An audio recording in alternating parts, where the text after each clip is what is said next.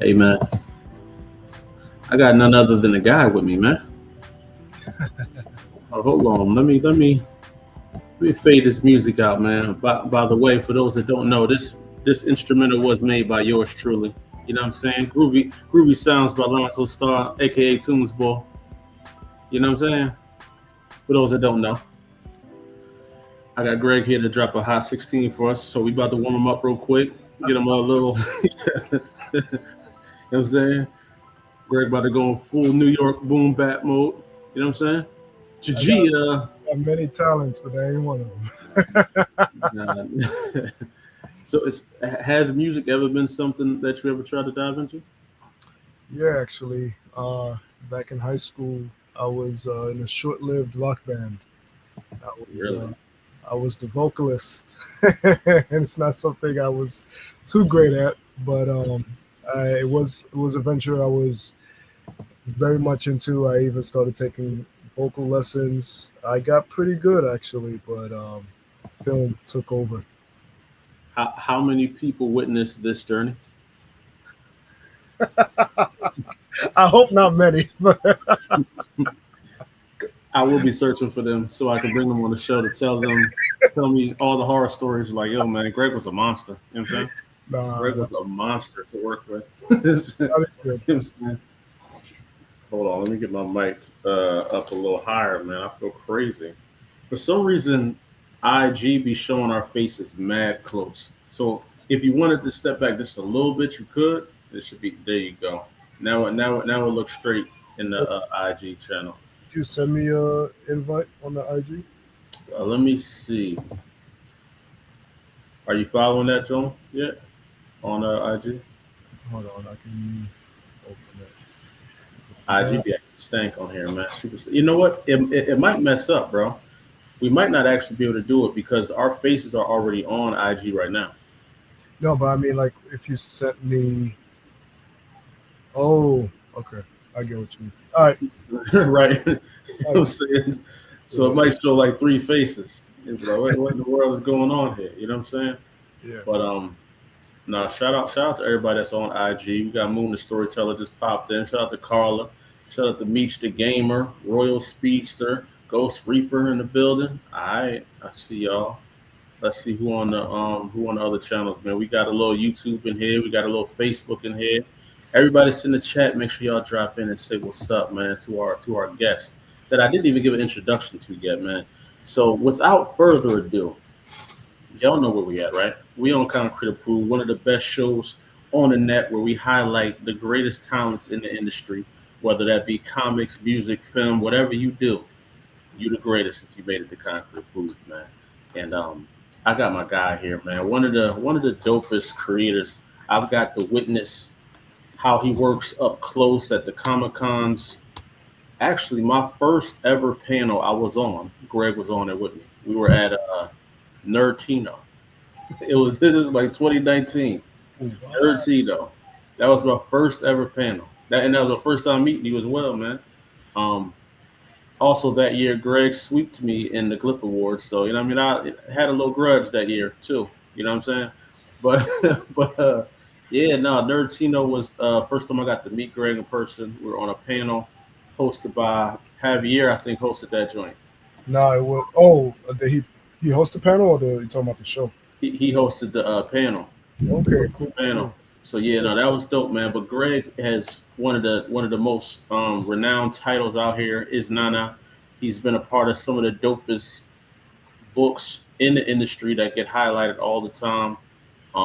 It's a lot to name, actually. It's a whole lot to name. But Isnana is one that's really made its way. You swept award shows with that one. You got the Hammer out now.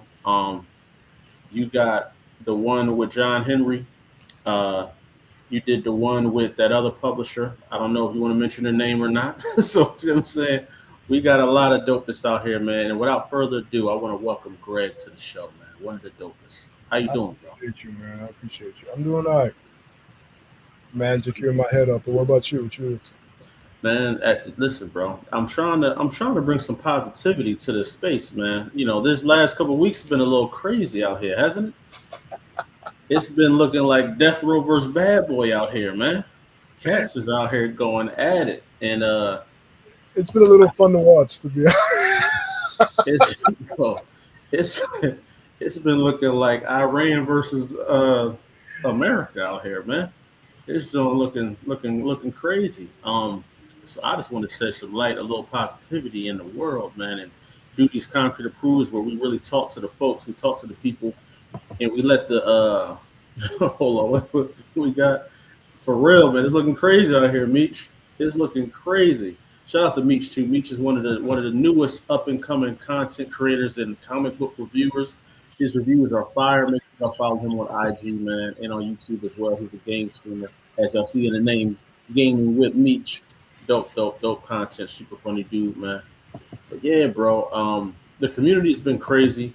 You've been in the game for a while too, man. I definitely want to hear about that story and your journey, man. So without further ado, you know everybody got one of these, right? Everybody got an origin story, whether it's a hero, a villain, anti-hero, whatever you want to claim you are.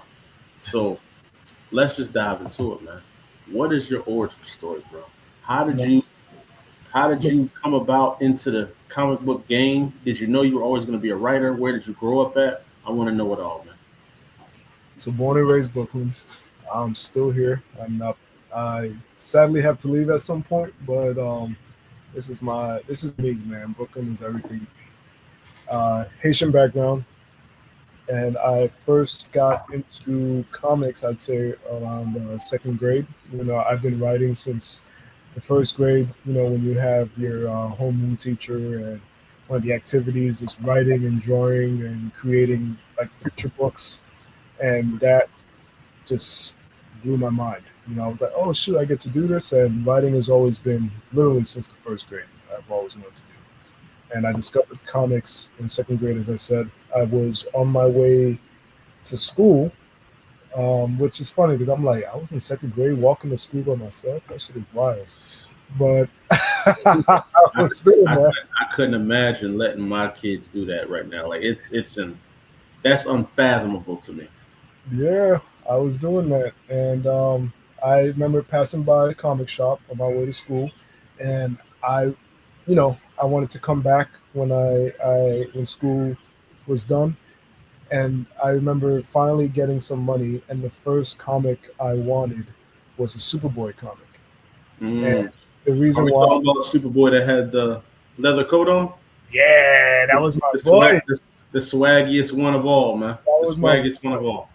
And I mean, that was the thing because this was back when the new Superman were coming out after the death of Superman, Yeah. and there was these action figure cartoons, commercials rather, and then there was an animated aspect of Superboy, and he's like, "Don't mess with the ass." I'm like, "Yo, who is that? He looks so cool," and so that always stayed in my head to the point where when I found a comic shop, I was like, "Is there Superboy comics?" And it was Superboy number 19.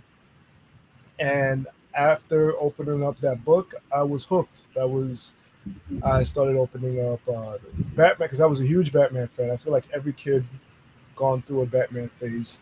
I was buying the Batman comics. I was picking up whatever different random ass character I could find because I was like, okay, who's this character? Who's that character? And I'd say I started writing my own sort of fan fiction around middle school, high school, created my own characters, and then I read a Peter David book on writing comics in high school. And after I finished reading that book, I was like, nah, this is what I want to do. Or like, this is what I want to do. This is me right here. And eventually, I started making comics. That's crazy, man. It's dope that you remember your exact first comic. You know what I'm saying? Because a lot of people remember getting a comic, they don't remember the first one that changed them, though. You know what I mean? That started making them think about, I can do this. When was the first time you felt seen in a comic?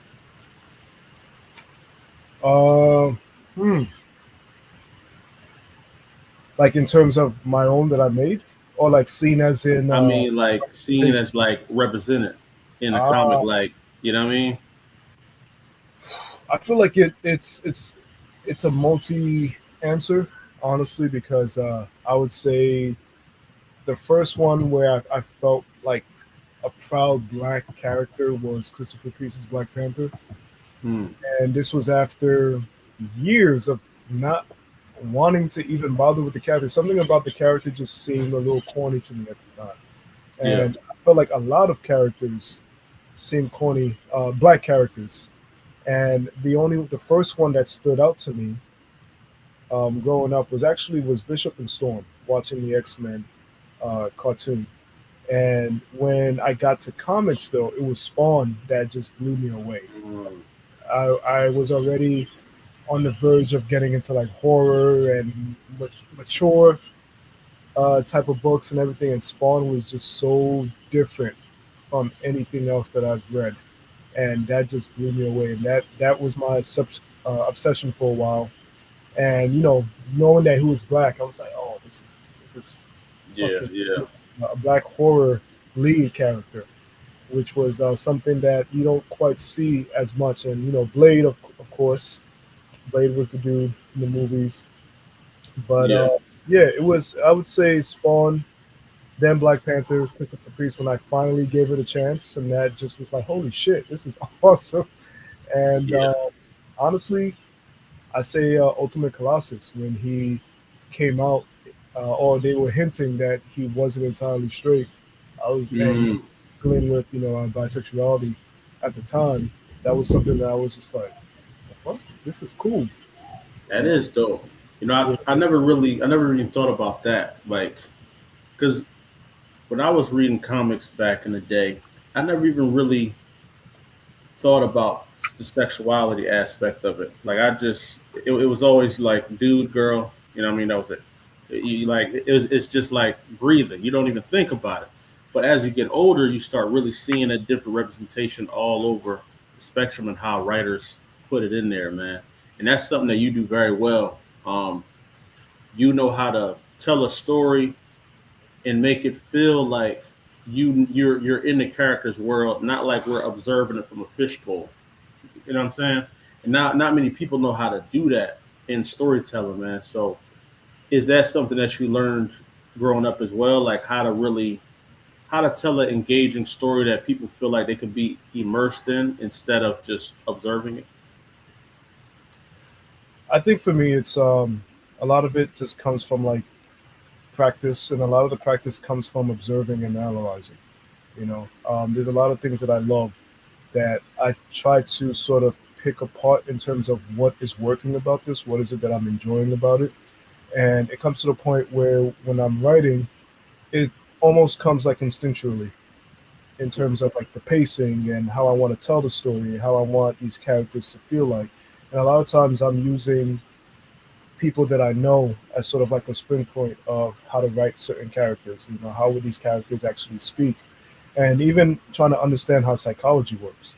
When Yeah. I took a psychology course, I didn't really care to take it at the time, but afterwards, I still had the textbook. I remember just skimming through it and trying to understand the way like the human psyche is, and the way we react to things and how we're we develop based off of our environment and how people communicate, with us, or whatever situation you have in the brain. How does that determine how you interact and stuff like that? So things like that definitely I feel reinforce my writing. And in the end of the day, like a lot of my writing tends to be about black culture. And for me, it's if you write, black culture, if you write representation or anything of the norm as a norm, as something that's not really something that needs to be exotic, I think that goes a long way into allowing a very smooth read.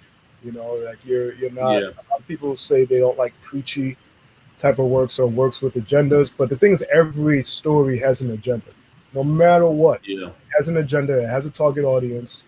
Even the ones that people say, "Oh, this is just a normal story," that has an agenda as Yeah. well. Oh yeah. You Yeah. know, and it's Everything has just an agenda. yeah, Everything. exactly. It's just really knowing how to write very smoothly, and Yeah. knowing when something is subtle. I like subtlety. That's the thing. Hmm. Subtlety, as opposed to beating you in the head of Yeah. what the theme is. Yeah. Yeah. think can go a long way. Now that's definitely true. Simplicity is key. Like the complexity and simplicity is that's the bread and butter right there.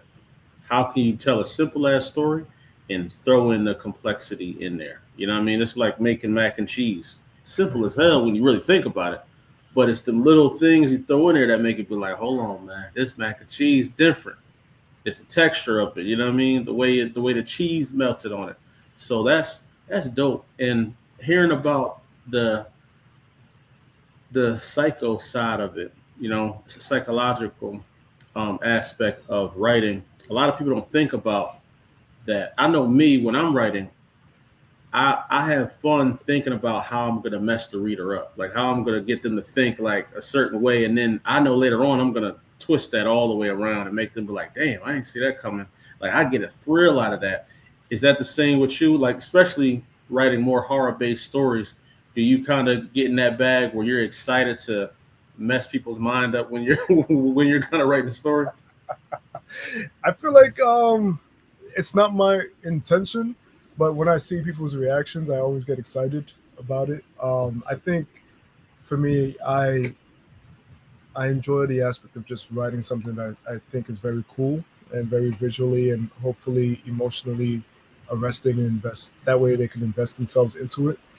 And but I think going back to when you're analyzing storytelling, certain things just come very ingrained on how to tell a story. You know, you have the typical three-act structure. You have Yeah. the beginning, middle, climax. You have something called a reversal, which is more something that gets pushed in screenwriting. Hmm. And but a lot of great stories have that reversal where that twist comes that just catches you off guard, and it comes Yeah. to a point where it becomes second nature as you're writing. You know, and you don't really. I don't know if I think about how is this going to affect the audience, but it's one of those things where it's like how can this improve the story, the theme that's going on, as well as challenge the protagonist, challenge the antagonist as well. How do we flip the switch when it comes to that? And people's reactions to it is tells you if it's working or not. You know, Yeah. Yeah. What modern day I guess film or show has done that reversal well in your opinion? uh,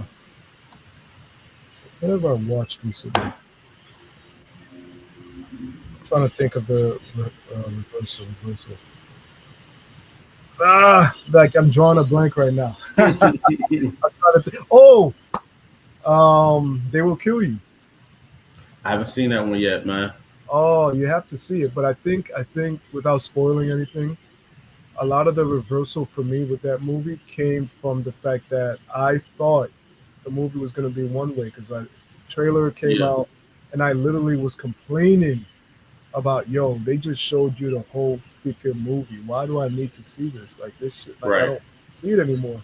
But when you actually watch it, you realize that was only the tip of the iceberg. There's so much crap that happens in the movie as well as what like about like the antagonists, the villains, like Mm, stuff that they did not hint. They did not hint, not even once in the trailer, where that felt like a reversal for me when I'm watching the movie. Like, holy yeah. crap, what is this? You know, I was like, what the fuck am I watching? Yeah. Yeah. That was a great one, and it definitely had some reversals towards the end. Without, I'm not going to spoil it. You have to see it for yourself. I ain't see it yet, but I will. I like that show Paradise. I've yet to watch that. Paradise is dope, man. Paradise it gives you like X File vibes, but like more on a governmental type of plane. You know what I'm Nice. saying? I think Sinners had a good reversal in there as well. Like how they did those parallels, how people turn that you didn't think were gonna turn. You know what I mean? So yeah, yeah, no, but that's fire, bro. So my next question for you, man. Out of all the mediums you could have chose, like we just learned that you were a huge rock star in Brooklyn growing up. Um, why comics, man? Out of all the mediums that you could have chose. Rockstar. Oh man, I'm gonna write a story with like all the different things I want it to be. Um, but why comics? Honestly, as I said, when I first grade, I discovered writing. And I was actually an artist for a very short time. I went to in high school. I studied art. That was my major, and I took a college course in high school, which sort of makes or break people. And I was like, yeah, this is not for me. I got to the point where I realized I wasn't enjoying making art as much as my friends were, or I wasn't getting as good as they were. And it was one of Yeah. those things where, in hindsight, it wasn't me beating myself down or being hard on myself. It was me recognizing, like, no, this is not it for me. And at that same time, I was getting more into like directing and writing, especially the writing. And that's how Mhm. I just decided to just stick to that. And given that I still had an art background and I was always writing, it's literally just a blending of two of my favorite things.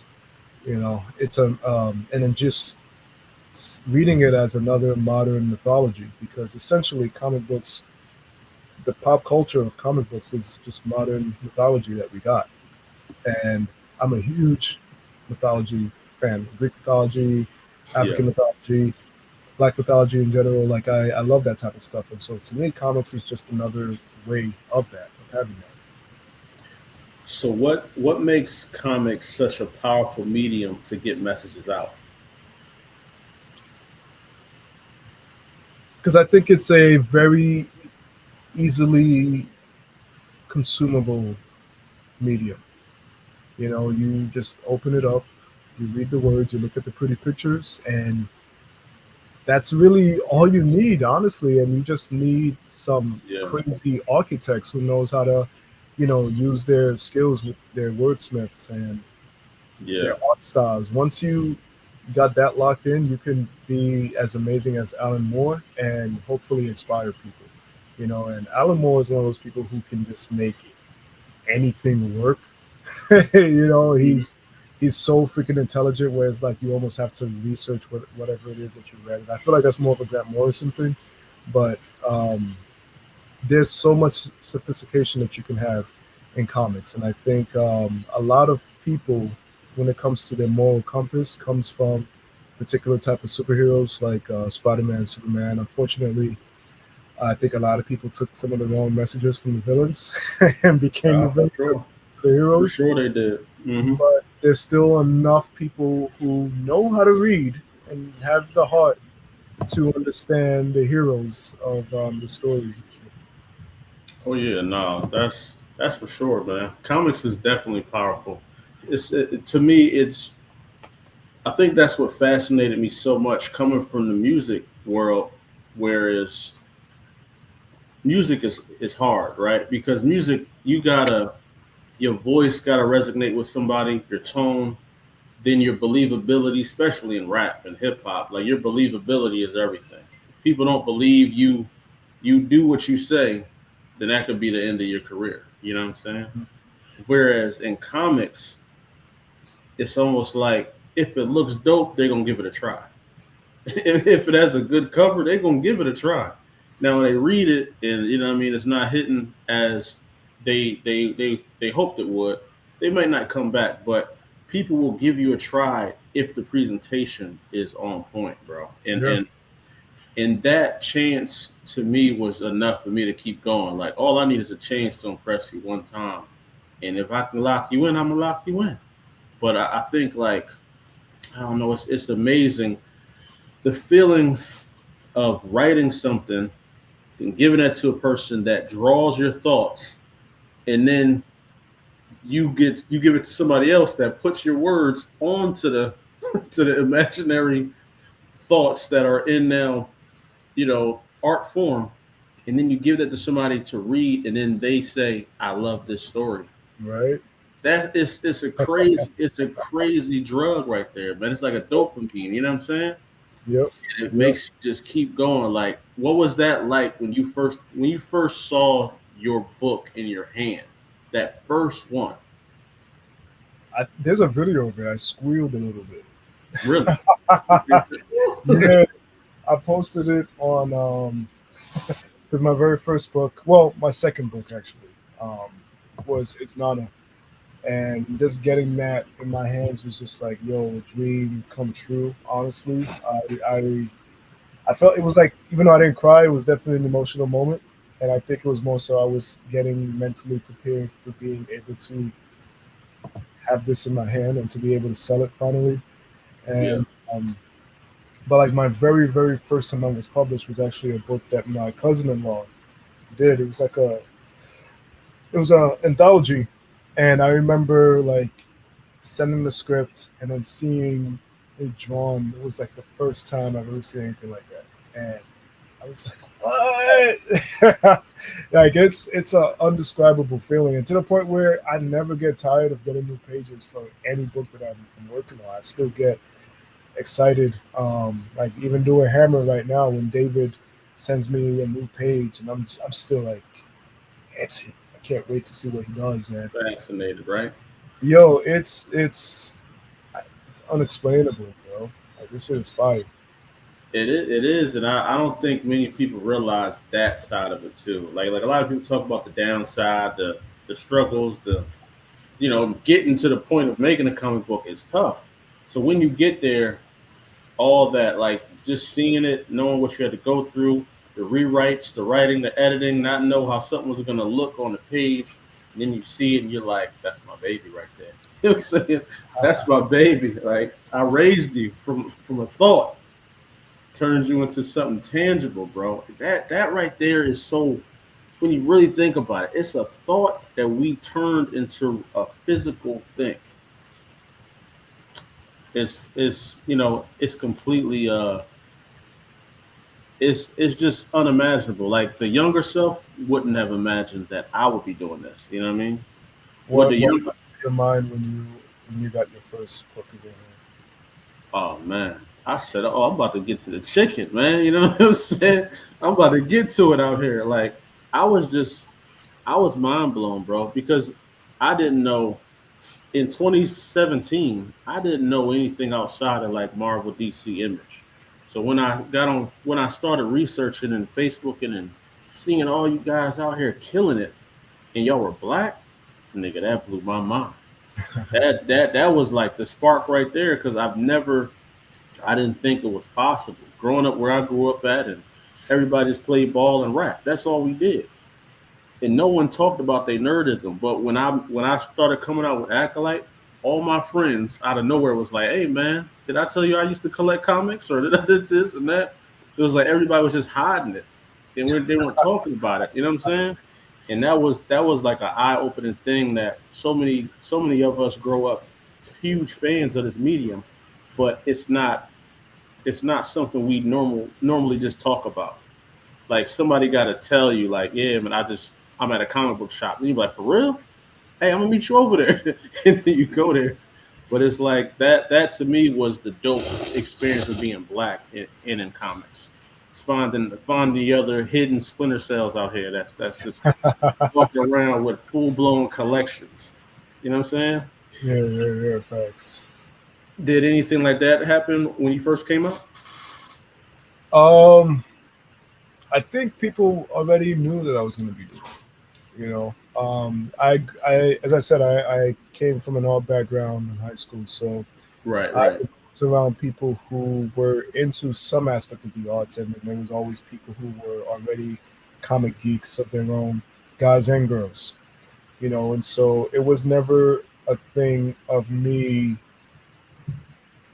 being, I guess, like you hear stories of Yeah, I was one of those weirdos, and I had to yeah, hide my geekism, my nerdism, and no one fucked with me, and then now you want to fuck with me because comics is cool. And I'm like, I grew up honestly in that area. Like, yeah, it was the hood, but no one made fun of you for shit like that. And like, yeah. like there was always like my generation was always people that were into like Power Rangers. They were into Ninja Oh Turtles. yeah, They yeah, were into Batman, and they got into Spawn. They got into Blade.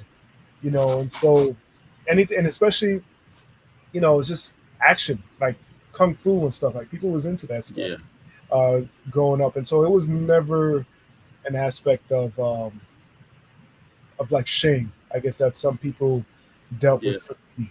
But I know it existed. I know that was people's realities, but for me, it yeah. wasn't. So I think when it came to me making comics, I think for a lot of people around me, it was more so of you finally did it, as opposed to like, Um, what you doing? What is this? You know, uh, yeah, I get more shock from like people I'm just meeting or who've known me for like the past couple months, and they're like, "Oh wait, you make comics?" And it's like, "Yeah, yeah, you yeah. know, on my page, like you're on my page all the time." And, yeah, No, I can attest to that. Like I never had no bad experiences as a nerd in my youth. It was just for me, just no one talked about it. No one admitted it until they saw someone else doing it. They're like, "Hey, I got Pokemon cards too, bro." You know what I'm saying? You trying to trade? Like you didn't no one really talked about it until like people just got comfortable. And I love this generation of their comfortability. And I kind of got a new understanding for how you operate and why you operate the way you do, because you were kind of incubated in a creative space. So you kind of move with a freedom of like, yo, this is who I am. I'm who I am. You know what I mean? And I've noticed that about you since the first day I met you. It's like, man, that boy just be moving. Like any space, it's just Greg. Greg is Greg, and everybody accepts that. And I thought that was always so dope. You know, because just watching it from the outside, not knowing what the industry is like, you know, I was looking at cats like you, I was looking at TJ, I was looking at all you guys, like just how y'all were moving. I was like, damn, I wonder how they going to accept me. You know what I'm saying? Like me just being who I am, talking how I talk, because I ain't changing for nobody. I ain't changing nothing. But no, that's super dope, man. I love hearing your story about why comics, man. So that leads me to something that I know you deal with. Writer's block, bro. How do you handle it? How do I'm you fix it? I'm gonna be real with you. I don't get writer's block. Really? My problem, similar to writer's block, is procrastination. Mm. I always know what I want to write. I have my ideas down. It's just finding the time to do it, and then when I do find the time, I'm so exhausted from work and everything else that I'm doing that I don't want to write. I don't want to use my brain, but Yeah. I have my ideas down. Once I sit down and then I'm there mentally, I can just write like no problem. I'm in the vibe. I'm in the zone. I'm hoping to God nobody stops me, nobody calls me, no one asks me for shit. Like leave me the fuck alone because I just want to write. Yeah. Um, but I don't really get writer's block to be honest, and I think it's because I'm always in my head. Hmm. I always have the ideas down, and if I don't have it in my head, I've written it down somewhere. And I've at some point I've scribbled down mad different ideas, mad different notes, the plot outline. So by the time when it's time to actually write, I'm just writing. I'm just breezing through it. It's really an aspect of just if I can get off my lazy ass right now and just actually do it. Yeah, so procrastination is more my issue as opposed to writer's block. That's dope, man. I think what's crazy is that could be a lot of people's answer to that too, to writer's block. Because if you are procrastinating, your ideas might not be flowing as clearly as they need to. You might be kind of stuck in a place. How is your writing process? Right? Do you do everything in one sitting? Like you write the outline, you jot down the layouts and stuff like that, or is it like over a course of time, step by step? Each book is different, but for the most part, I will jot down just notes, and the notes will be whatever it is that comes to mind. It could be coming up with a general concept, or coming up with a character that comes to mind, or a piece of dialogue, or a scene, and from there, I start to figure out what story I want to tell, what are the themes, Hmm. and I I think what makes my writing stands out for a lot of people, and if you notice, sometimes my stories can be a little disjointed. It's because I write out of order. You know, I don't like I have an outline. I definitely do a plot outline. I never, my opinion, never start your story without having a plot outline because you want a Yeah. skeleton of the beginning, middle, of end where you're gonna go with the story with the skeleton that you can always fall back on. Hmm. And so I always have an outline after the notes that I've written, and then instead of writing from the very beginning of the story to the end, which in my opinion, I feel like that is a reason for a lot of people's writer's block. I Mhm. write based off of whatever scene excites me. So after I have the outline, there might be a scene in the middle that I'm like, oh, I can't wait. Like, this is where I want to write right now. Is instead of dealing with the beginning of like, I need to get to this part. Yeah, yeah, It's let me write that part. And then from there, I might start writing the different scenes around it, or I might go back to the beginning and so on. So after a while, you start piecing it together as a puzzle, and yeah, then you have the beginning, the end, and then from there you can also figure out the pacing. If the pacing works, if it doesn't work, and this yeah, is where I sometimes, depending on the story, I get to jump between different scenes or between different times, like with flashbacks and stuff like that.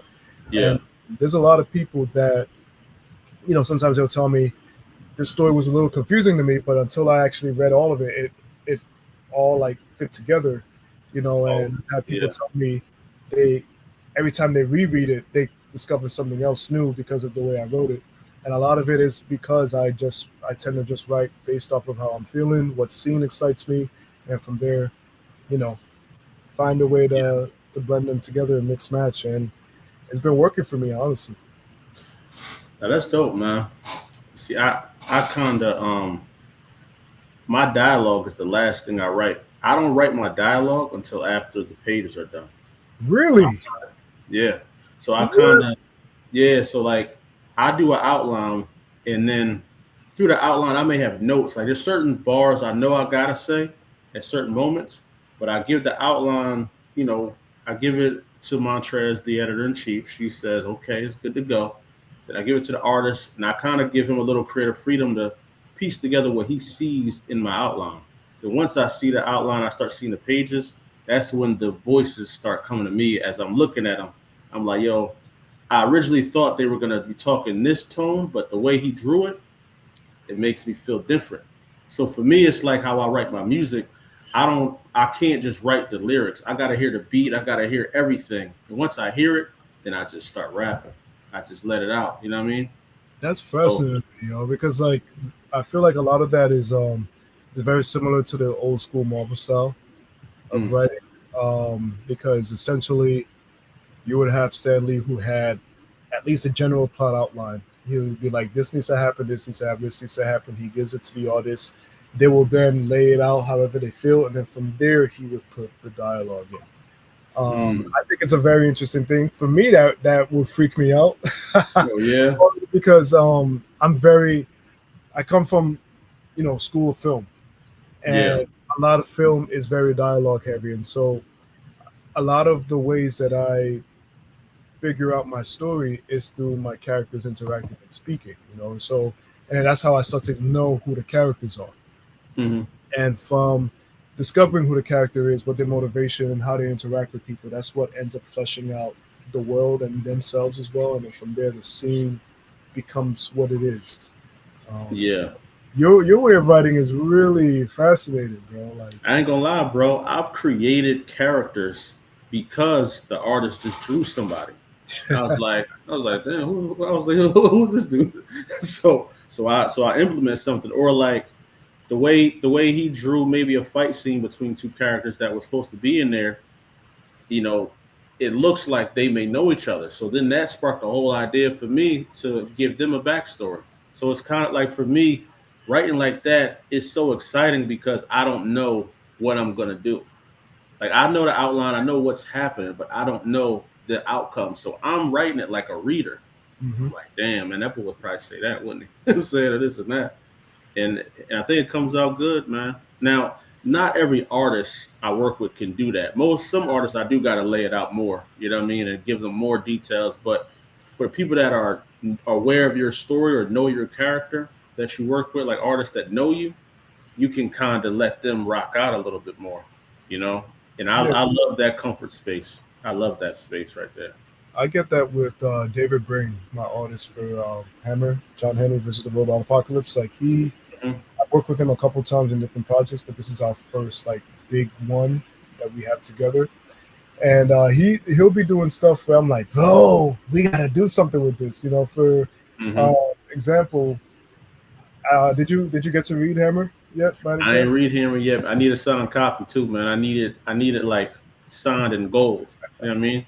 So there's in the book there's these robot children who are like the children of the villain, of the antagonist, and he designed them in such a way like they each have their own sort of personality. He like incorporated some like cultural stuff, which was really cool. But then one of them um, floats, like he's just this floating baby head, and I'm like, bro, what the fuck? Mhm. And I was just like, I was like, no, we're keeping it. But something happens in Act Two to the children that doesn't make sense with this floating head to get caught in, right? So because of that, I was like, you do realize you saved this motherfucker's life. Right, right. Because this motherfucker could fly. And so now we're like, okay, that opened up a There whole you aspect. go. Like, bro, we can now like we can connect these two characters and do all this stuff and like have them have this floating head baby now be a huge Right. part of Act Three.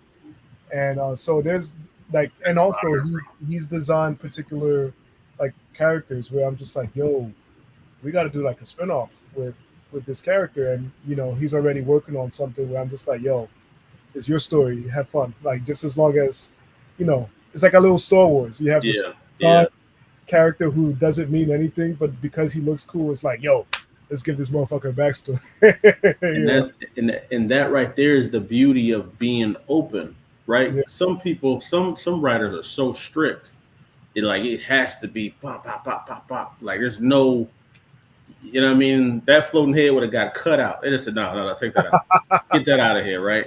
But being open to it is what turns into those gems and them stories that you didn't even know were there, but the fans and readers are gonna pick it up like, yo, that little floating head dude is they're surviving, man. You know what I'm saying? He out there doing a little something. Like there's a scene in Acolyte where his mentor is fighting this other ninja dude from the bad guy squad, and Kalan is like he's a fan favorite. He's dope, but I never really gave him no scenes. So he's fighting this guy, and the in the midst of him fighting him, he like, yo, man, I know this style, and whoever taught you this style, I taught them, and that right there opened up a whole another chapter to where Kalon and this villain now have their own like little arc and back and forth now, where people are asking, yo, when we gonna get that? When are we gonna find out who his master is and why he knows them? But that just came because the way he drew them fighting, it was some dialogue going on, and I was like, nah, he talking heavy to him right now. I'm saying I can see it, and that's kind of where that came out from, man. And it was very fun to write like that, you That's know. it. That's it. Has there ever been when you do take other jobs and write for other people, do you have to kind of are you able to be the Greg you normally are, or do you have to give them more of that, more of like a structured, like here's the script, this is page 1 through 5, dialogue and all that stuff laid out already? I'm glad you asked that question, actually. So my, it depends on the editor. It depends on the editor or the publisher. For the most part, um, I write the same, and I get hired because they like the way I write. Hmm. But I write the same in terms of coming up with the script, and then eventually, I mean, after I break down the outline of what I want to do, they can sign off on it. And when it comes to coming up with a script, it's really up to me. Like I'll write it however I need to in order to get there, but it still has to stay confined to essentially what we agreed on. And there's some editors that trust me entirely, Right. and there are some who they like to put their foot down and say this isn't working, or it becomes a fight of like, trust me, it's working. Yeah. I have one particular editor that I work with who I feel like the product we came out with was great, honestly, and I think some of it came out great because we were butting heads. But there were still some things that I'm very adamant about where I'm just like, dude, you got to let me work. Like, you hired me for a particular reason. You got to trust me on this. And there was some stuff where can admit, I can fall back and be like, nah, I can see where you're coming from. Let's do that. Let's apply it. I don't think I'm difficult to work with, but when it comes to stuff where I'm just like, I approve everything that you're telling me that you want to change, but this, I feel like you need to trust me on this, and there's been times when I have certain people read some of works that I've done for other people, and they're like, "Oh, it's great, but it's not as good as your stuff," Yeah, or like.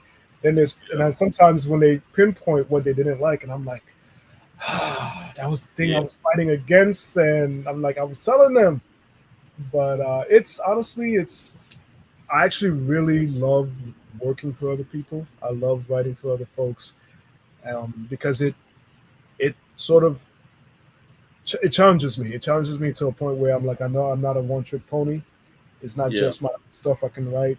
I can do other people's stuff and create a world and a whole bunch of different characters, make them pop as much as I can. Like it's a lot of fun, and I actually don't mind having like certain constraints because then it's like, all right, I have these amount of pages. How could I challenge myself and tell a story? Versus when I can write however fucking long I want. yeah. No, that's dope, man. Like I'm be honest, I haven't really done too many projects that I wasn't like in charge of. You know what I'm saying? I haven't really had too many people in the kitchen with me when I'm cooking either. So I don't know. I'm nervous about that. Like I've done it, but most of the time, like I guess the way I do it, I would probably prepare like three outlines and give them a choice. Like, all right, this is the road, right? You can go this way, or that way. If you go that way, I'm writing it this way. You go this way, and that way. And usually the ideas are something that they're already interested in, so it usually works out. But how do you manage when they be like, no, or like, I don't want that, I don't like this, I don't like that, and like that feeling of this, it needs this, and they're just like, no. Like, how do you continue with a smile on your face after that, man? You know what I'm The easiest way is if I'm getting paid for this. saying? I'm gonna be real with you. Like I so in the very beginning of working for other people, I was oh man, I used to fight. Like in terms of like I'm telling you this is gonna work, it isn't gonna work.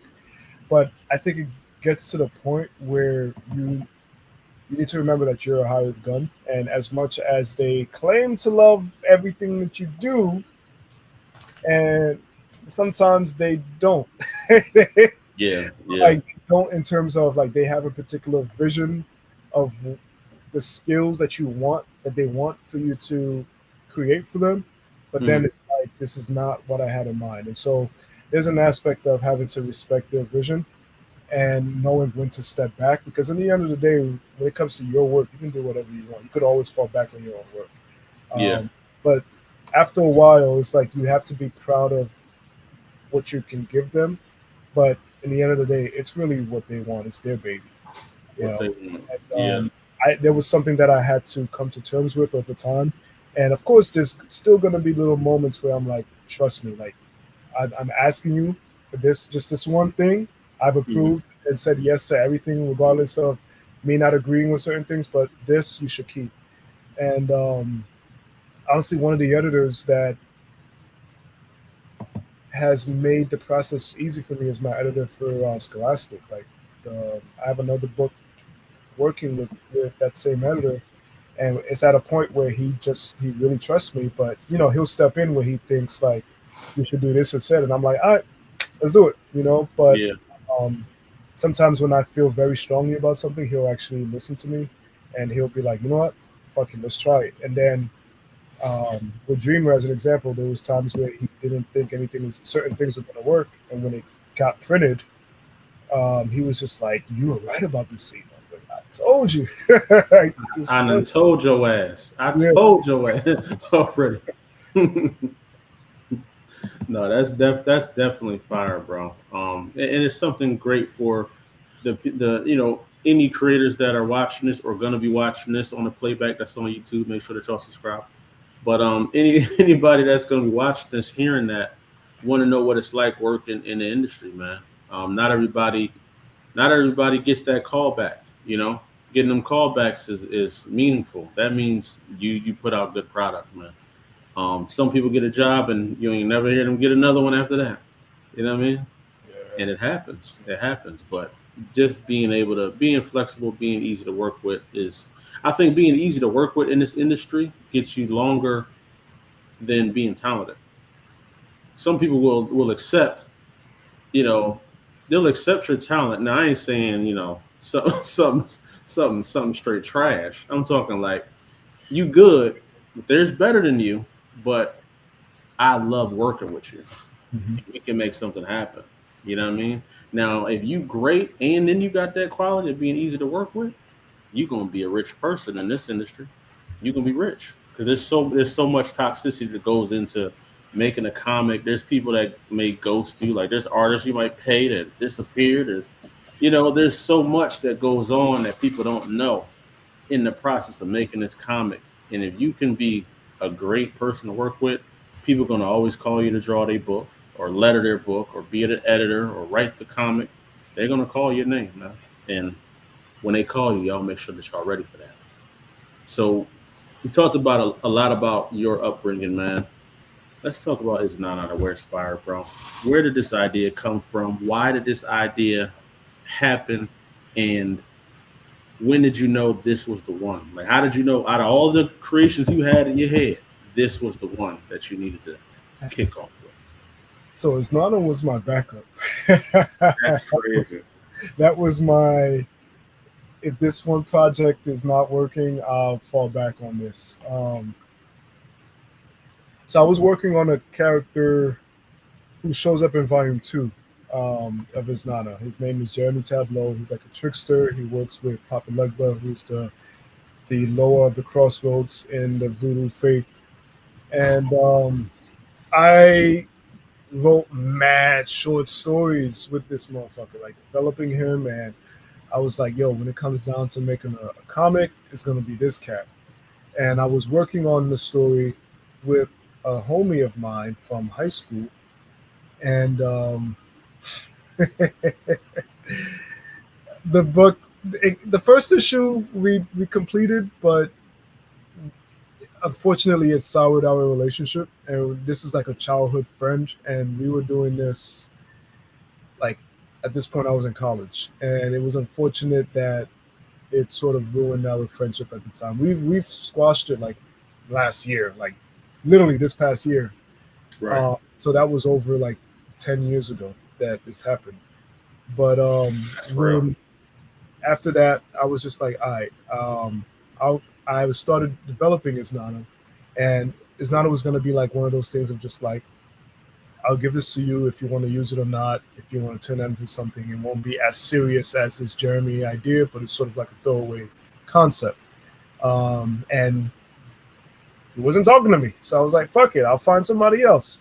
But what started the conception of the character was when I would ask certain people at the time, like especially black folks, my friends, if they knew Anansi the Spider, because I wanted to tell like a particular Anansi story, something that reminded me of Anansi, and I was getting people like, "Who's that? What are you talking about?" And I'm like, "Wait, you don't know who Anansi is?" And I would have a lot of friends. Now people know because you've had American Gods, you've had Static, you've had all these different mediums now who have been using Anansi the Spider. At the time, only time you knew about him is if like you've watched the Reading Rainbow and you remember this particular story. If you've watched Static and he showed up, or if you had a background, like if you were Jamaican, if you were Trinidadian, or like Nigerian from Ghana, like Yeah. you knew who Anansi was. Outside of that, you ain't know. No one knew who he was in my circle. But then I was like, but I bet you could name like 5 to 10 Greek gods. I was like, of course, I know Zeus, this person. And I'm like, you don't think that's weird that like our most well-known black god, you guys don't know him, but you know all these European characters? And mind you, I love those characters, but it was just like, there has to be like some balance there. So when I got to college, this got reinforced again because we had to take requirement was classical cultures, that was Greek mythology, and we were literally required to take that class. And mind you, I've taught myself Greek mythology since I was a kid because I was obsessed with Hercules and Xena, and then Yeah. that opened, Right. and then Clash of the Titans that opened up everything for me. But I aced that class. That was an easy A for me. But Mhm. when I wanted to take Black mythology, that was an elective. That was like if you want to, you know, spice up your credits a little bit, Yeah. to graduate, but you don't need to take this class, but you need to take classical cultures, which is Greek mythology. So I was just like, I took the Black mythology class. I learned a lot. I loved it, and that was when I was like, yo, I want to change this narrative a little bit. Like I want to make it so that people know who a lot of these black gods and black heroes and black folklore characters, whether it's folklore, mythology, or even like our traditional spiritual figures.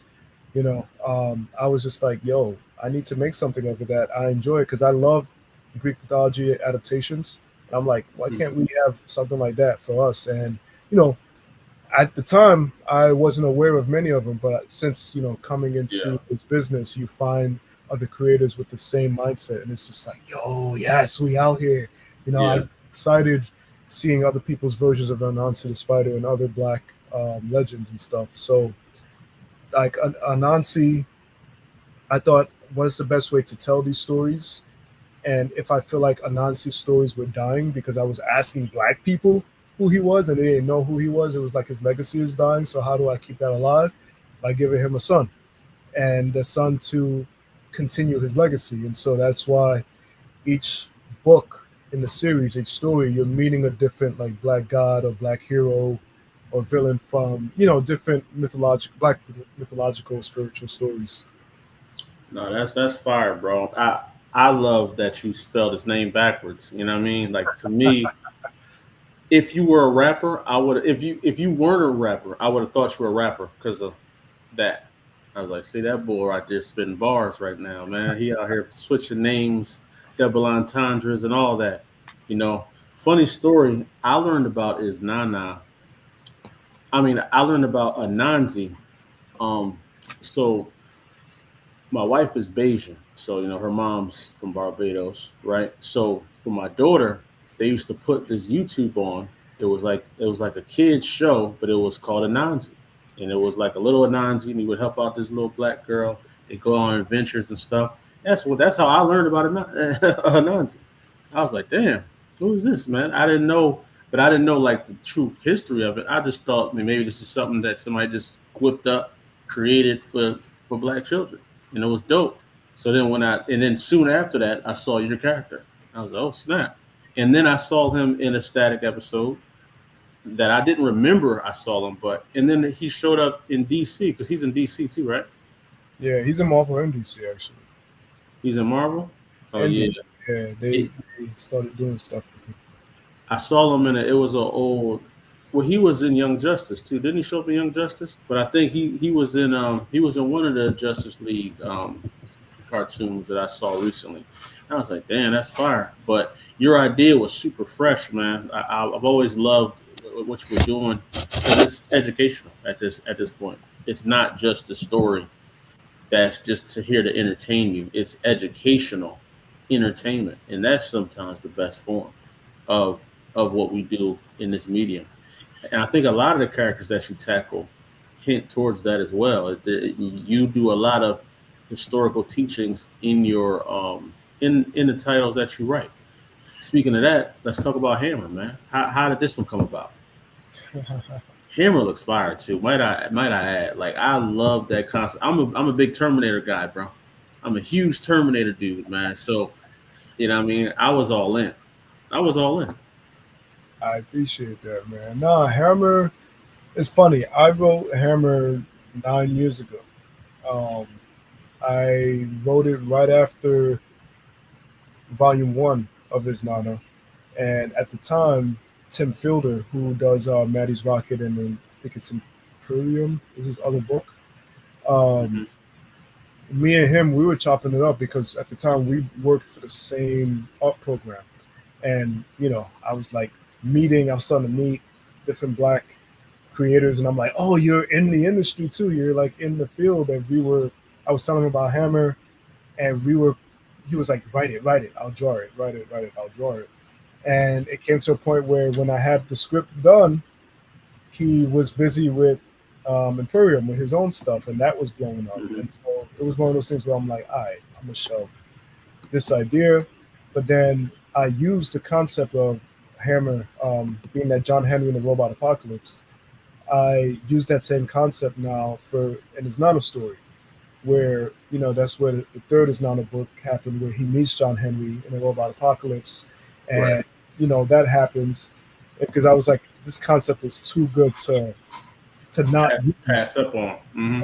And when it came to coming up with the story, I think it was just the concept itself. I'm just like John Henry in the Robot Apocalypse, like it's literally the story. A no-brainer right there, man. Yeah, and I'm like, no one's done this. It just makes sense. And finally, I've worked with David Brain for mad different little projects, like some anthologies and some shorts.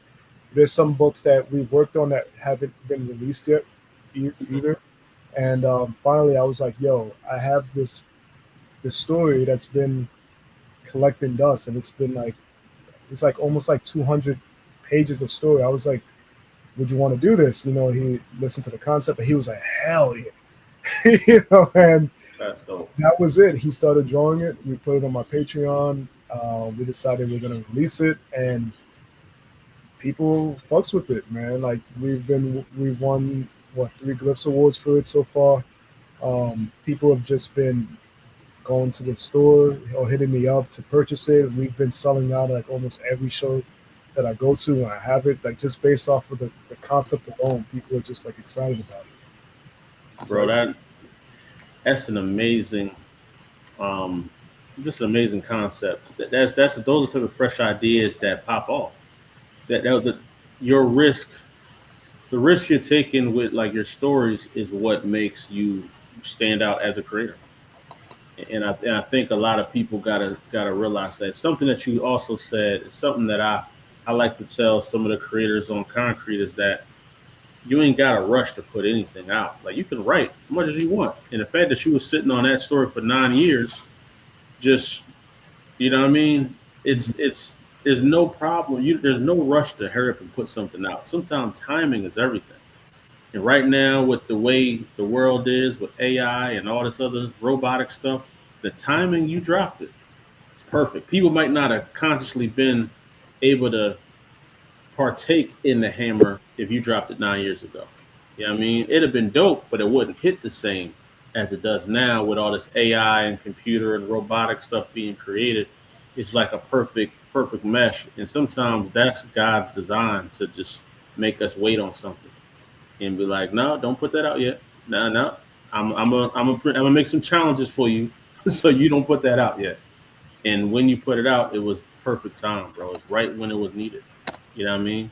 And it's amazing that you did that, for real. So would you say like this is this called the Isnana universe? Like is this his universe that all these entities exist in, or are you just creating freely and just letting things cross over just naturally?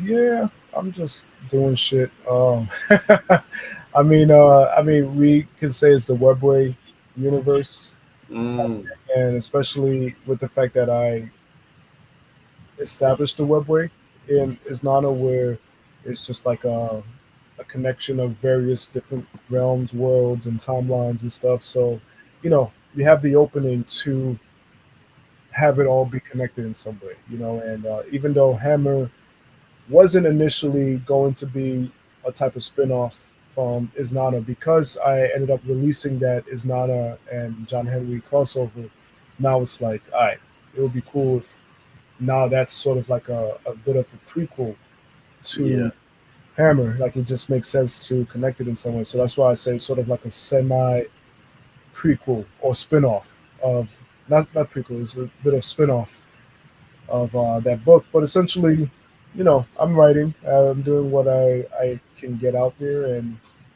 there's a very easy, simple way of crossing them over if I have to by having that webway that Isnana and Anansi is a part of.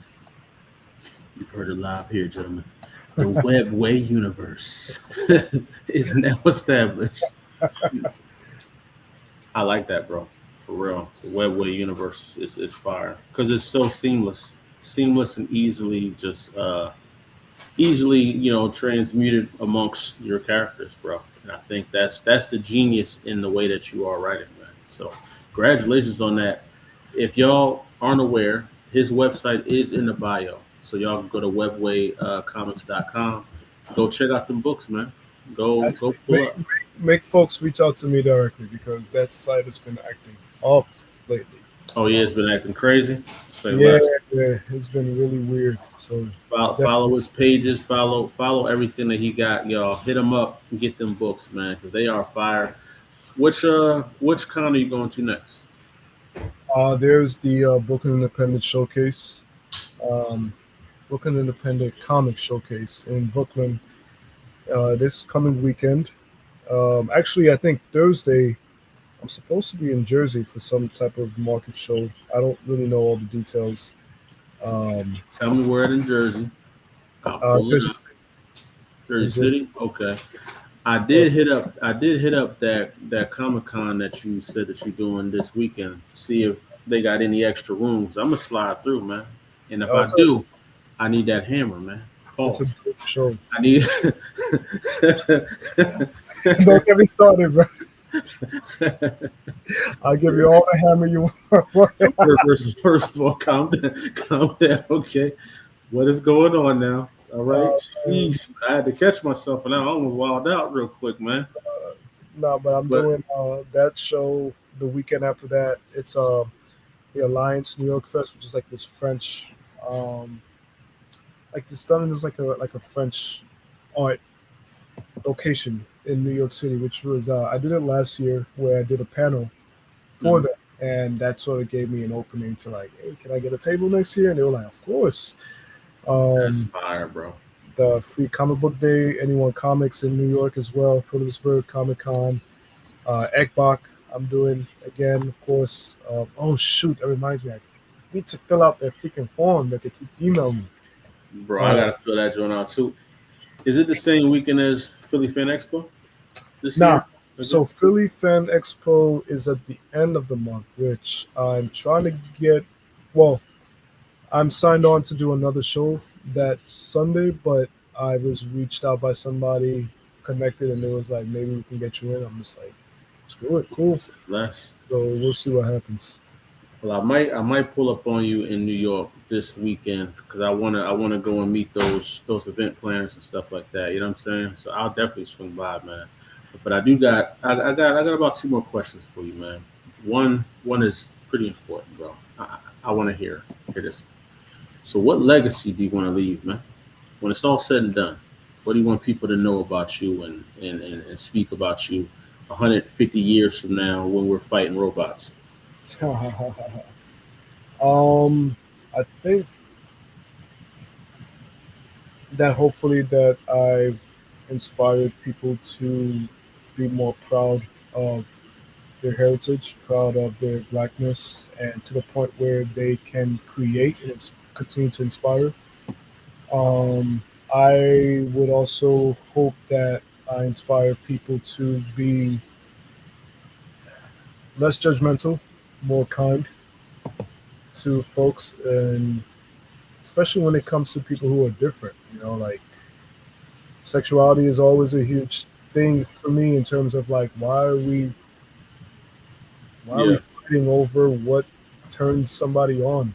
Like the hell doesn't make any sense. So anything to do with just pride and enjoying people's pride, to have pride in themselves and who they are, and being kind. That's the legacy I want to keep. And hopefully, is Nana lasts long enough to be on some like Ninja Turtles Hellboy type shit.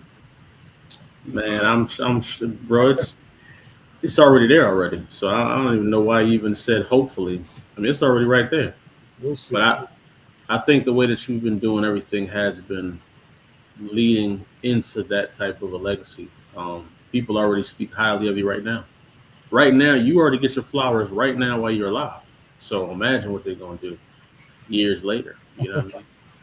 And Which that's dope, man. So you made it to my last segment of the show, which is my favorite segment. It's a speed run. oh shit. It's called Top Three. Are you ready for Top Three, man? I ain't got no choice but go on. There we go, man. So we gonna jump right into this top three, bro. First one should be an easy one for you, man. I want to see what you do though. Hopefully it's some off the wall names that I'm not expecting. But let's jump into it, man. Top three black action stars from Oh any god. from any genre. It can be whatever age you want. All right. Wesley is definitely a part of it. Wesley Snipes is Blade. That's all you really. Blade. Blade, Wesley Snipes. Fuck. Simon Phoenix is one of my favorite Blades. I mean, Snipes characters. You know what I'm saying? I love Simon Phoenix, man. Jim Kelly is Jim Kelly is There you that go. beautiful. I love me some Jim Kelly. I'm honestly I'm gonna yeah.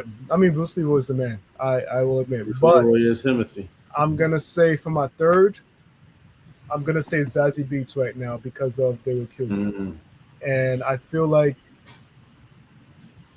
if she continues to like capitalize on this, because I feel like her as Domino was the introduction to her as an action star. This takes it yeah, even beyond to a point where I'm hoping she continues on this path because she has done enough. Like she's very versatile in the types of roles that she picks. Where mhm. I can't see her being pigeonholed as a action star, but she can be an action star when you see her in this movie. No, that's fire. Um, I haven't seen the movie yet, but yeah, she does great, man. In her roles in Atlanta and just Domino, all the roles she's done, she be killing it. So maybe this was that one breakout where she starts going through the roof now. You know what I mean? So we'll see. All right, man. I got the next one for you, bro. 90s cartoons, man. Come on, come on. I need some bangers here, though. Number one is Batman.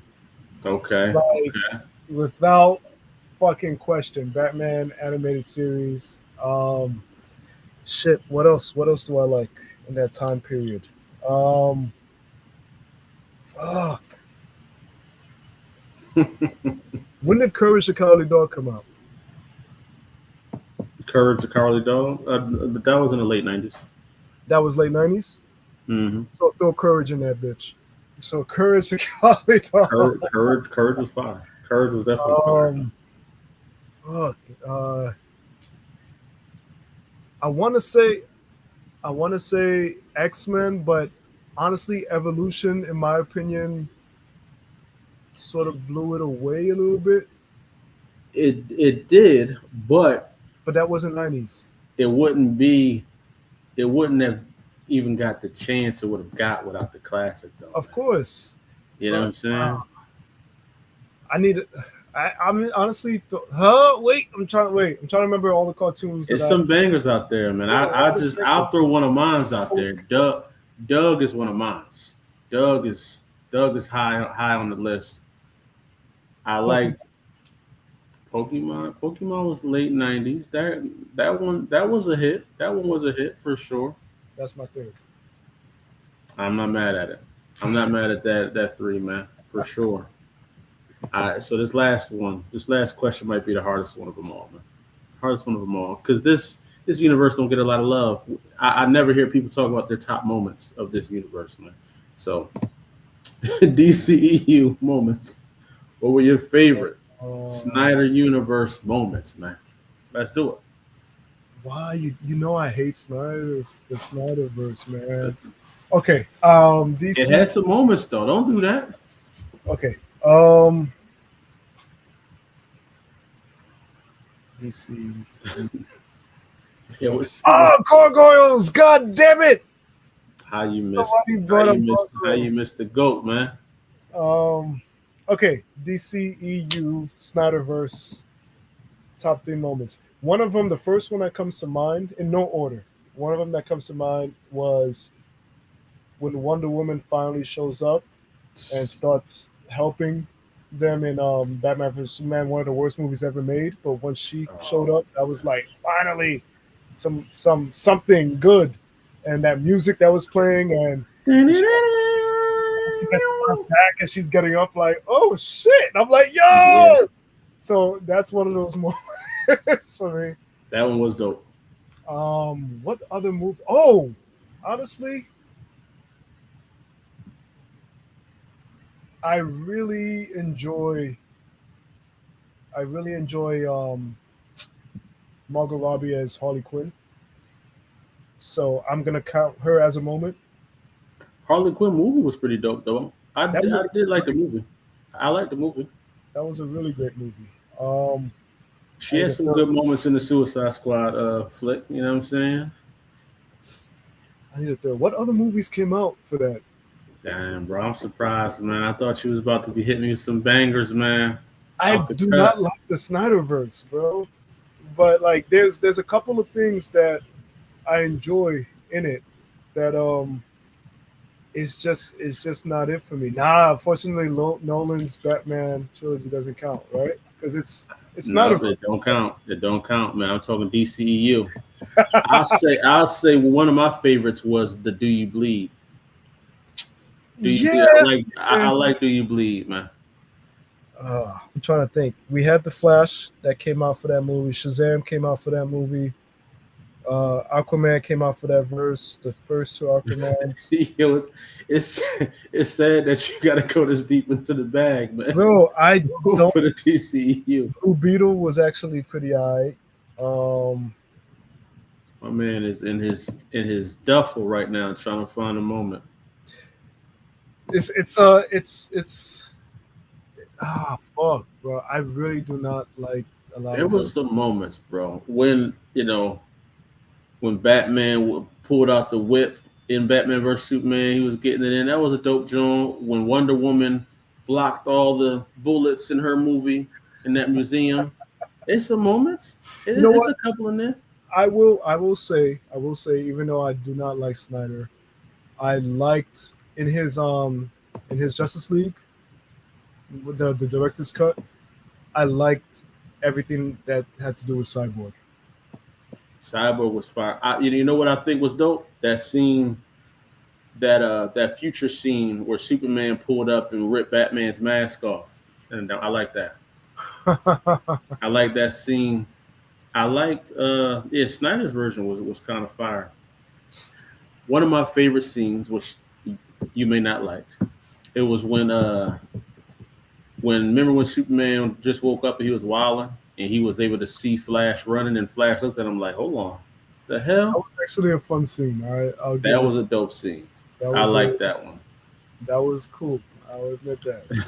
I Dang, also man. I also liked Damn, DCEU. I thought I was going to help y'all out a little bit today. Damn. fam, we don't like it. But there was It's there was over one with, scene that huh? I liked from one moment that I enjoyed from the theatrical Justice League version, which isn't in the Snyder version, which I don't understand why. When Cyborg catches Aquaman and he's like riding over him, Ah, and he's like, "My guy," he throws my man. Right, my my man. man.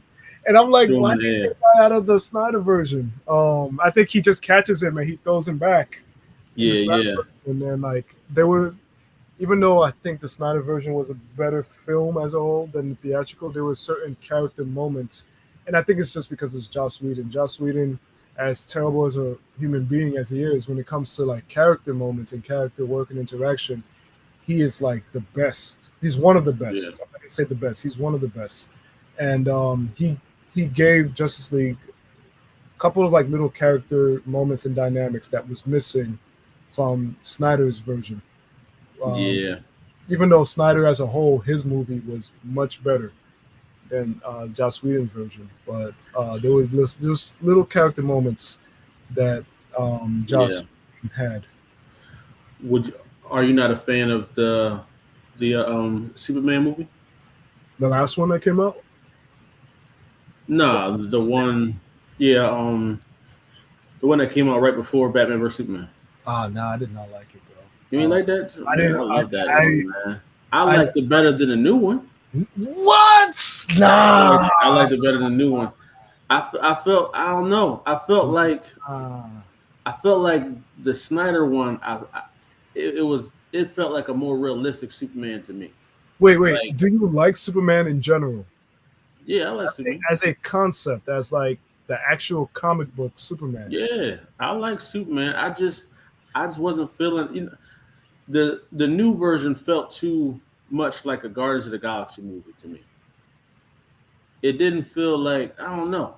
I You know what? just Like, so for me, watching the new Superman movie felt like I was watching Superman for the first time because there's like reading so many Superman books and like being aware of a lot of the Superman stories. It was one of mhm. those things where like, holy shit, I'm watching these strange zany ass concepts that don't make any sense. And a lot of Superman stories, like the ideas are just weird and wonky as hell. Yeah, And seeing it in like on the screen was like, whoa, what the fuck am I watching? Like when he's yeah, up in the air and he's like fighting the robots and he's like shooting them with his eye, like I'm like, you know, the way he's moved, like there was just so much visual stuff, you know, and also the fact that he's a good person, he's a good hearted person who's yeah, just trying to inspire people and to be good and to do good. And that I felt like, not to say Henry Cavill's was a bad person, but he didn't really have that sort of like joyous sort of hope that inspires you type thing, you know. And good feeling. like Superman Yeah, as a concept, he's this sort of lively, sunny Boy Scout that inspires you to want to be good yeah. despite all the fucking fucked up shit in the world, you know. See, I guess that's the element of Superman I never liked was the naive Boy Scout version. I liked I liked the sad Superman from Snyder to me because I felt like that's how it really feel. Like you a giant walking around ants, but you got to be an ant. You So know what I here's the mean? thing: I don't really see Superman as naive. I just see him as optimistic. You know, I Optimistic, think that's yeah, two different things. Because I think the optimism also comes down to how he was raised. You know, you have Jonathan and Martha Kent who sort of instilled this whole aspect of like, you know, being good and using your powers for good, which was what was so different with the Snyder version because he had his powers, and while they're like they want him to be a good person, it's like, oh, we'd rather you hide your powers and let these people die. you hell yeah, know? yeah. And like not use your gifts to actually save people. That's when it was just like I don't think Snyder either doesn't get Superman or he doesn't like the concept of Superman. So he's just trying to like turn him into Cool Batman. him out. I appreciated the differences. Like I gotta watch the new Superman again. I saw it one time. You know, I'm a big Superman fan. I just gotta watch it again. You know what I'm saying? Maybe I have a different appreciation for it when I watch it in the crib in my setting and I can really dissect the film. But just seeing it in theaters, you know, you watching for all kinds of nonsense, but I'll check it out again. I don't know if I'm gonna change, but I'm excited for Supergirl might be dope. You know what I mean? That might be kind of fire. I'm waiting to see whatever they do with the Batman of this universe. I don't know if it's gonna be the Robert Pattinson Batman. Is that gonna be like the Batman, or are they gonna do something I else? think they've said it's not going to be, and I'm sort of hoping it's not because I love Batman. I love that movie. I love Robert Pattinson as Batman. Anything that director does, Matt Reeves does, I always enjoy. But I like him having his own universe to do whatever he wants, as opposed to now trying to, you know, uh, be forced to make it part of this universe. I feel like that's the only thing to me that be setting DC back is that they will have like three versions of Batman out at the same time, and it's like which one you want us to love? You know what I mean? You want us to love this one? You want us to love the one Oh, that's the Joker? You want us to love the one in the Titan show? Love There's so all of many them. versions of them. It's like, damn, like, well, what do y'all want us to do? You know what I mean? I mean, I feel like if we can tolerate and understand different universes in the comics, we can do the same thing. That is true, and I think a lot of us are spoiled by the MCU. You know what I mean? Because they kept us streamlined with set characters for years and Mhm. actors and roles for years. So we grew accustomed to like, we want one Batman, we want one Superman, one Green Lantern. Like, don't give us this one in the TV show CW and then this one. Like, cross them all over, make them the same everywhere. Take the TV one and put them in the movie, man. Stop playing with us, because that's kind of isn't that what they're doing with like Disney Plus, right? Like all them shows are connected to the movies and things that Yeah, are happening in the shows are connected. To me, that's just fire. Because I like connectivity. I love it. You know what I mean? But I do understand some characters, like a Blade, can be his own thing, and that would be fine. It wouldn't affect the MCU. They could just do a Blade story and let him rock. And I think that's how they do Batman for the most part. They're just like, no, he can. He don't need to be with everybody else. He can do his own thing, and everybody will go buy it. So, but yeah, nah, bro, that was dope. I like your top three. I was surprised by your '90s cartoons, man. I didn't think that one was gonna throw you off like that, man. it's because there's so many that I It's a lot. watched growing up, man, and I still rewatch. Like I'm literally going through a Superman animated series binge right now. Oh yeah. Yeah, like I just finished the World Finest episodes where he meets Batman. No, it was some bangers. I'm surprised that you didn't say Static Oh yeah, I'm or even surprised. like Dragon Ball. You ain't say or So like Bobby's World. One of them joints, man. There's Bobby's a lot. World came to mind. Bobby's World Bobby's came to World was mind. my Bobby's World was a banger. Bobby's World came to mind. But it's You just got honestly, you got Ed, Ed and Eddie, I Dexter's didn't like Ed Lab. and Eddie. I didn't like Ed and Eddie. Yeah, I I did not. love I love Ed and Eddie and Dexter's Lab. All them were bangers to me, man. Even those shows, you remember Daria and like Max was on. You know what I mean? The Spawn cartoon came out in the '90s too. Yeah, that came to mind too. But I had to say Pokemon sort of won over because I literally have Pokemon tattooed in my arm. So Pokemon is a banger though. Gotta catch them all, especially that first season with the OGs, the OG characters. They don't get no better than that. I was I mean, obsessed as a kid, man. Like it's one of those things I don't like. It's not my thing now, but I still recognize it as such a huge part of my childhood, where yeah, nostalgia will always be there for me. Pokemon was one of them Jones, man. So, bro, message to your fans and supporters, man, and then we get up out of here. Well, thank you guys for stopping by, listening to us chat and shoot the shits, hearing me ramble about my life and interests. And if you are at all interested in any of my works, definitely find me on different social medias. Reach out to me. As I said, my web store has been acting up lately.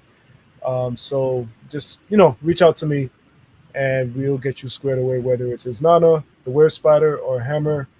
And if you just want some really cool black stories and horror or sci-fi, I got you. Bro, I truly appreciate you coming on to the show, man, and showing love to the stream. Um, you are now officially concrete approved, bro. And I'm gonna start sending out like stamps. You know what I'm saying? Like badges to wear when you go out. It's gonna say concrete approved on it, man. But nah, bro, I truly enjoyed hearing your story, hearing your origin, and just hearing how you plan on leaving a legacy out here in the world, man. I truly appreciate everything that you've done and bring to the culture. I appreciate you, Thank, man. thank you, thank you. This is fun. Oh yeah, no, for sure, for sure. And shout out to everybody that was commenting, man, and dropping comments in there. I think you definitely caught a couple people off guard with your Superman takes. You know what I'm saying? So but but but it's all good, man. It's all good. You know what I mean? Ain't nobody judging here, Greg. You know what I Man, mean? it's my guy, man. But yeah, no, this was definitely fire. This is dope. We gonna have you on again. Anything you got dropping soon? Come back on the show. Let's talk about it and let's really knock it out, man.